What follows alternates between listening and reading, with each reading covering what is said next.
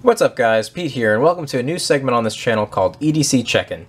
This is basically where I walk through with you guys and share everything that I carry on my person, things that I carry in my car, things that I carry in my bag, stuff that's really a part of my everyday carry kit. So not just a pocket dump, but pretty much everything.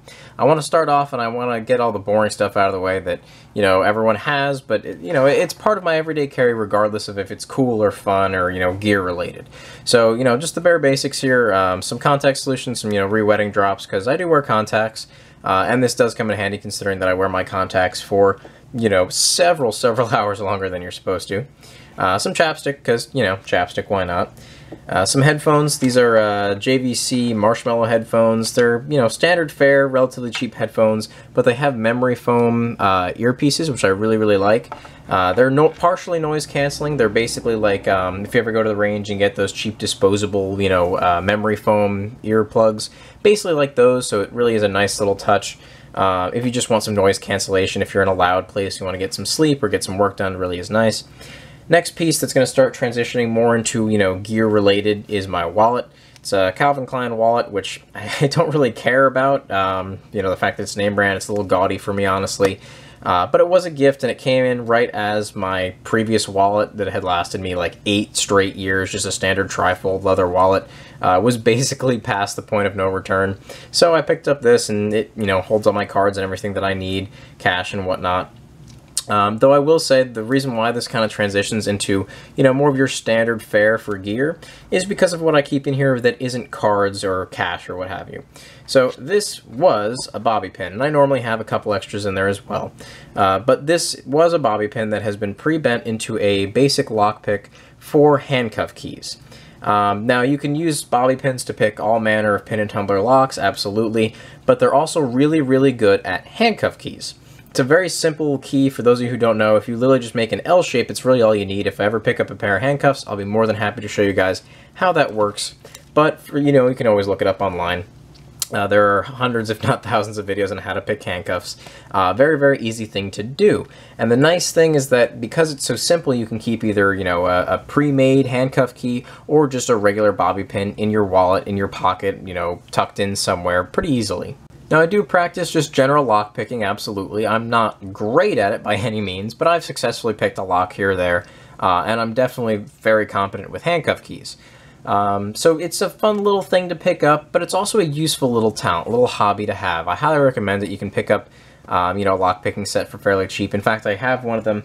I forgot to bring it for this showcase. It's in my car currently, but just a very cheap little lock pick that works pretty well. Lockpick set, rather. I got it for very cheap off of, your standard fare website for cheap Chinese-made crap, but, it is what it is, and it gets the job done. And for something like that where, hey, it might not save your life, but it could really come in handy in a tight spot. You get locked out of your house, locked out of your car, etc. So it does come in handy for things like that. So I highly recommend you look into something like a lockpick set and just, trying to teach yourself how to pick locks. Now, the next bit of my gear is definitely transitioning more into the gear category. So this is my keychain. Got my nice little Rowan lanyard here. I do like lanyards on keys, I really do. I just find it's a lot easier because I'll hook this onto a belt loop, just loop it through on itself. And that way I can never, go anywhere without my keys. They can't fall out of my pocket because they're literally hooked onto me. Just standard keys here. I've got stuff for home keys, work keys, car keys. I do have a little flash drive on here. I think this is 32 gigs, maybe not. Oops. Yeah, I think it's 32 gigs. Here you go. I think it's Transcend flash drive. It's going to be kind of hard to see with all the glare, but just a very nice little thumb drive to have. I do transfer a lot of files over, so it's nice to always have one on me that I won't lose because I try not to lose my keys. And then, yes, you've all seen my Gerber dime multi-tool, my less than adequate multi-tool, but for the price range, it does what you need it to, I suppose. Again, it doesn't do anything crazy well, but it does enough things well enough that it is kind of worth having. Primarily, the only things I use it for is the fact that it has a bottle opener on it, which is very nice. Though, unfortunately, because the key ring broke off, I'm forced to use the bottle opener as the actual attachment point, which kind of makes it work a lot worse. And somewhere in here there is a box cutter. There we go. Just a little package opener, box cutter, what have you, that actually works fairly well, and it's actually fairly sharp, so I do use it on occasion for things like that. But now that I have you know, a better multi-tool, which I'll show you guys in a minute. It just works a lot better to have those, but still nice to have this. It served its purpose for a long while. And I know I'm going to get some questions in the comments. The reason why I have these taped off is because I follow these things. I am well aware of several methods to duplicate a key just from an image, so I prefer not to show mine online. Yes, I'm being a little paranoid, but only because I know enough to know that I should be paranoid. Now, that out of the way, let's get into the more interesting side of the gear that I'm sure you all are here to see. First thing right off the bat that everyone knows I love is my Benchmade Griptilian, my full-size Benchmade Griptilian. This thing has withstood the test of time. It's been in my pocket for several years now, and it's just worked flawlessly throughout all that time. Since the first time I've gotten it, I've resharpened it, you know, probably 100 times. I've reprofiled the blade a couple times because I screwed it up sharpening it the first few times. I've completely taken it down several times, torn it apart, re-oiled it, put it back together again, and it just works flawlessly. That lockup is still fantastic. It's still silky smooth, just an excellent EDC. This is my primary carry when it comes to a knife. Personally, I think that it's pretty much ideal for an EDC knife. It does everything you need it to and then some, without being too heavy, without being too, you know, obtrusive, because it's not a massive knife. It's still fairly sturdy. It's got 154 cm, which is a fairly decent blade steel, not a super steel by any sense of the word, but it still does a good enough job. It holds an edge well, it takes an edge well, and you can get a really nice mirror polish on it as well if you really want to. Pocket clip, I went for a deep carry pocket clip. Benchmade will send you them for free, I think even free of shipping if I remember correctly, and I really do prefer that. I just like the way it rides in my pocket a lot better. It's less obtrusive, and it just shows less, which is a personal preference of mine. The axis lock is very strong, so you never have to worry about it folding on you. The blade as a whole, the whole knife is very, very strong. I've been able to baton with this, which you're definitely not supposed to, but I've been able to without issue. It pretty much does everything I needed to for EDC. It's nice, robust. I don't mind beating it up a little bit, but it's still nice and attractive, and I can keep it for, you know, slightly nicer events. Now, for my secondary, for my backup for knives, there are actually two options, and it depends on a couple of factors. I will either carry my Kershaw Leek, which we've all seen, you know, it's an excellent little speed assist, little tiny knife here, very fine tip. The other option is my CQC 5K, which is, you know, an Emerson collaboration with Kershaw. It has the patented Emerson wave on it, which is very nice. Though in practice, over time, I found that it doesn't work too well on this particular knife, unfortunately. I thought I would get used to it, and I have to an extent, but it just doesn't work as well as I thought it would. It's not as practical on this particular knife. It does work, don't get me wrong, but I've kind of fallen out of love with it on this particular knife. It doesn't work, it's not executed perfectly well on this particular knife. But enough about that. Like I said, I have two options here, and it really does depend on a couple of factors. First off, blade shape. So both of them work very well for this as a secondary knife because they're both small, they're both light, and they both have relatively fine tips, which is a little bit nicer when you compare it to, you know, the slightly broader tip of the Benchmade Griptilian. There's a different variety of tasks that you can do with these two than you can do with this guy. Primarily, you're talking about finer tasks, which, I mean, I've literally used my Kershaw Leek as an X-Acto knife. I was doing a little bit of signage at work. I wanted to do some stenciling for some of the letters, for some of the words, and didn't have an X-Acto knife. But I had this, and all I did was I choked up on it carefully, and I was able to cut out some fairly decent stenciling, which was honestly kind of impressive. Now, both knives can be used for things of that sort. Obviously, different blade shapes. The Leek is more, you know, X-Acto knife-like. It's a little bit finer of a blade, but they can both be used for the same relatively fine tasks. The key difference between the two of them, though, for my personal preference, is in the scales, is in the amount of traction you get on them. This has, I don't remember now if it's G10 or micarta, but, you know, some such similar material, and it actually is fairly grippy. You get a fair bit of traction on it.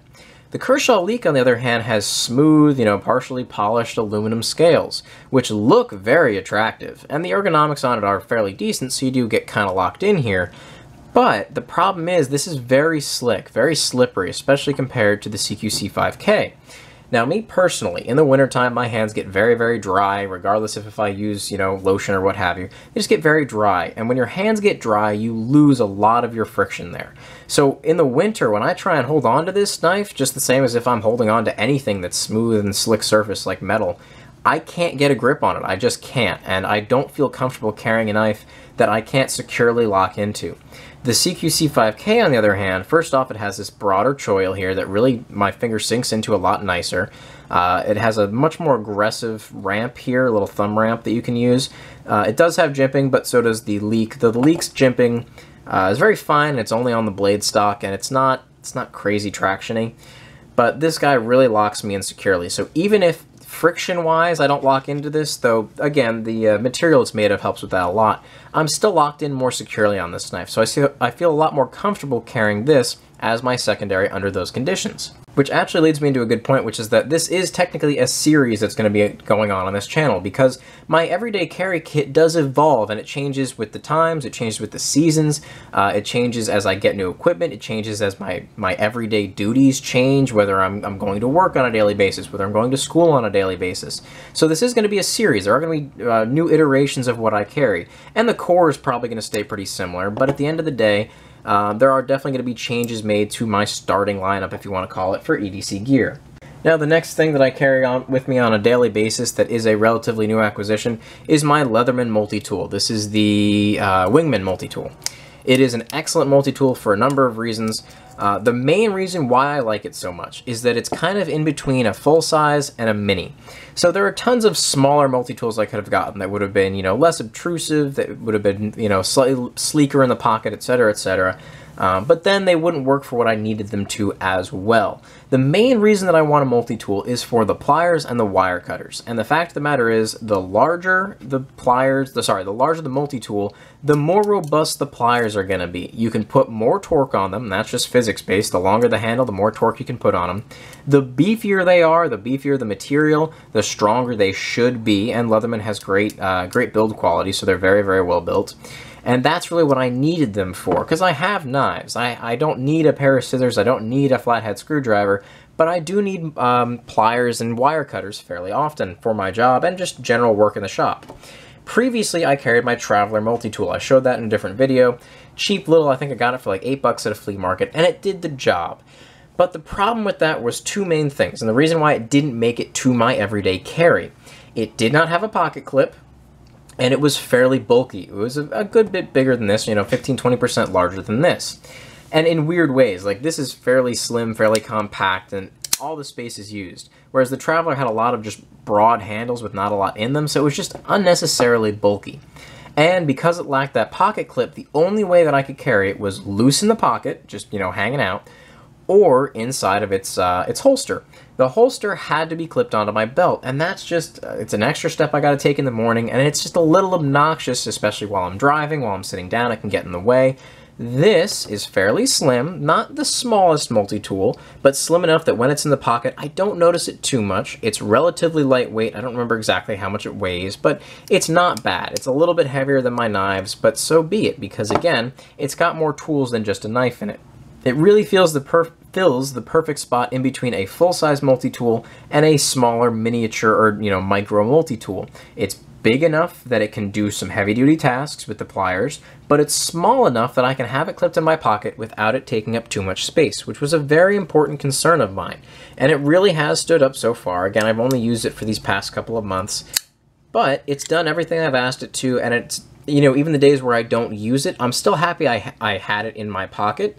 And again, it's not taking up too much space there, so I don't mind. In fact, normally I've got this and my Benchmade Griptilian clipped into my pocket right next to each other. And even that, it's really not taking up too much space, to the point where I'm still able to have my phone in my pocket. Which, I guess I should mention, I have an iPhone 6S. It's got a cheap-ass little case that I picked up at a flea market. This crap back here was a card holder that I got from my college that eventually just fell apart, but I kept it on here, at least this portion, because it is nice and very high traction, so I get a good grip of my phone. But, nothing special, but this is my phone that I have with me. It does all phone duties that I require it to do, so that's kind of all I want to say about that. Now, that covers everything that I keep physically in my pockets on my person. However, what makes this video a little bit different is that I'm going to include things that I carry either in my car or in my backpack that are almost always with me. They come with me to work, they come with me to school, they come with me pretty much everywhere just because I like having it. It's a big-ass over-the-shoulder satchel that maybe I'll throw a picture up for you guys.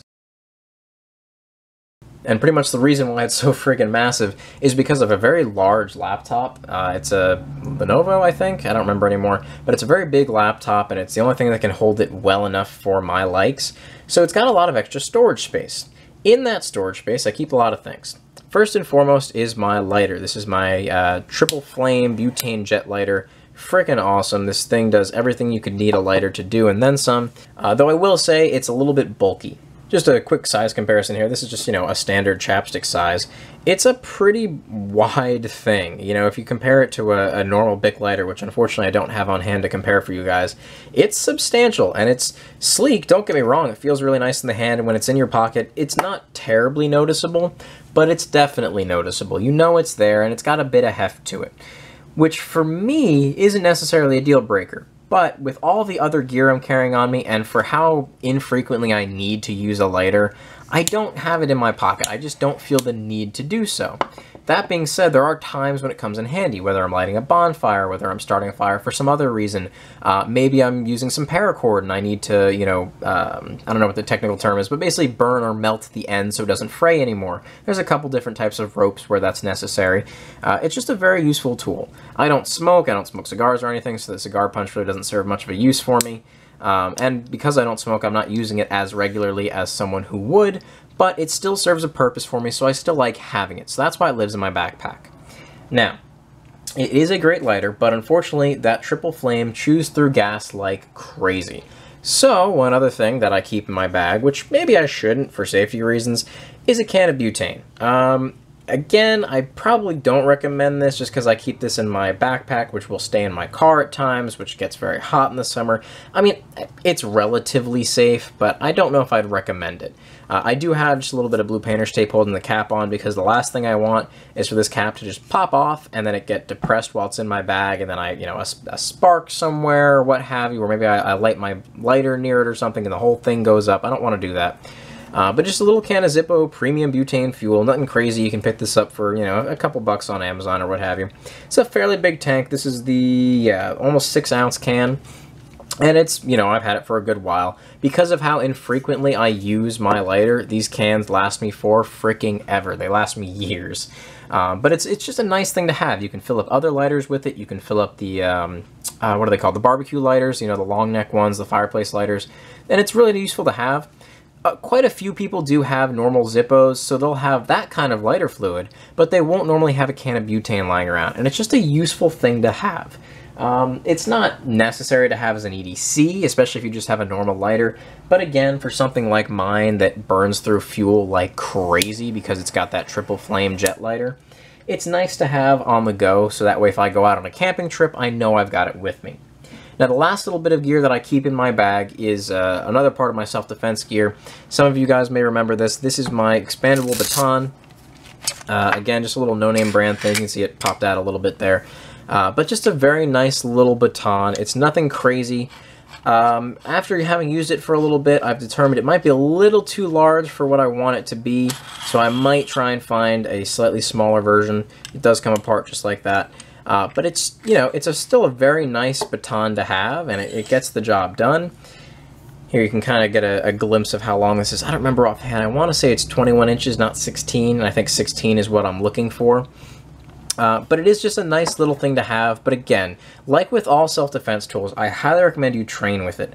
I am at least moderately trained in how to use a baton and how to use an Eskrima stick, so I feel at least comfortable enough to carry one of these for, you know, the potential use of self-defense.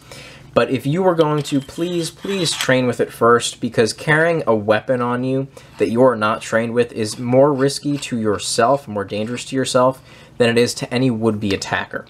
But it is a nice little piece of kit to have that not a lot of people will think about. I personally enjoy it a lot. It does come with this little sheath that you can hook onto your belt. I never do that. For me, this gets tucked away in a not easily seen portion of my backpack, so that if something ever arose, I could discreetly reach into it and, you know, arm myself in a relatively timely fashion.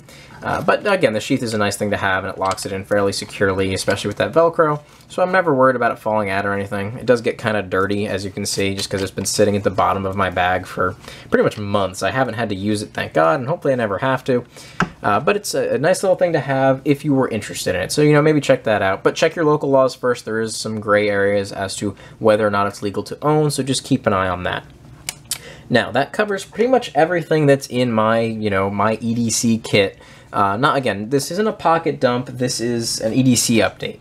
Because this is everything on me, this is everything in my car, this is everything that I keep in my bag, that's just, on my person in one way or another. And again, it's not necessarily always fun things like knives and multi-tools and lighters. Sometimes it's as simple as a wallet that you keep with you. Or, the bare basics. Maybe it's just the chapstick that you have with you. Your EDC kit is supposed to stay with you and provide all the tools that you need to go throughout your day, whatever that means. Whether it's an office job, whether, you're doing manual labor, whether you're a police officer, whether you're in the military. It's not always fun and exciting, but it's always got to be useful. As long as it's useful, in my opinion, then it has a place in my EDC kit. And that's what I want people to take away from these kind of videos, is that maybe you're not a prepper, maybe you're not heavy into survival, but you should maybe, examine what's in your everyday carry, because it does make a big difference. And maybe it won't necessarily save your life, but it could. Things like knives really can save your life, like in the event of a car accident or something. But even if it can't save your life, it can definitely improve the quality of your life. Just by having the tools and devices and bits and pieces on you that you might need on a daily basis, it really does help to just improve your life and make things easier throughout the day. And my kit is not complete. It's constantly evolving. I want to look for a compact flashlight. That's probably going to be the next bit of my gear. It's the one thing that I find myself needing, and currently, I can use my phone for it, and it's got that nice little flashlight tool that you can use, and yeah, it gets the job done. But at the end of the day, it's, the multi-tool principle, where if anytime you try and cram a lot of tools into something, they are by definition less useful than a dedicated version of that tool. So the flashlight on my phone is not a pure flashlight. It's not as bright. It's not as dynamic as far as being able to adjust the focus or the width of the beam. It doesn't shine as far. So I really want to look and constantly expand my gear for what I find myself needing. I do a lot of stuff at night. I do a lot of stuff in the dark. Whether it's, closing up the chickens at night or what have you, having a flashlight is a nice thing to have. So I'm going to be looking into that in the future. I'm already kind of looking at a few options here or there that are kind of budget, semi-tactical flashlights that have high brightness. Maybe I want a rechargeable battery. So if you guys have any suggestions for that, please leave a comment down below with a couple of your suggestions for a good EDC flashlight. While you're there, feel free to ask me questions about this, about my everyday carry, about why I do or do not carry certain things depending on the weather, depending on various other circumstances. Feel free to ask any questions about this video, other videos down below. As always, please like and subscribe to just, get updates on my videos and help support the channel. And as always, guys, keep your edges sharp and your mind sharper, and I'll see you in the next one.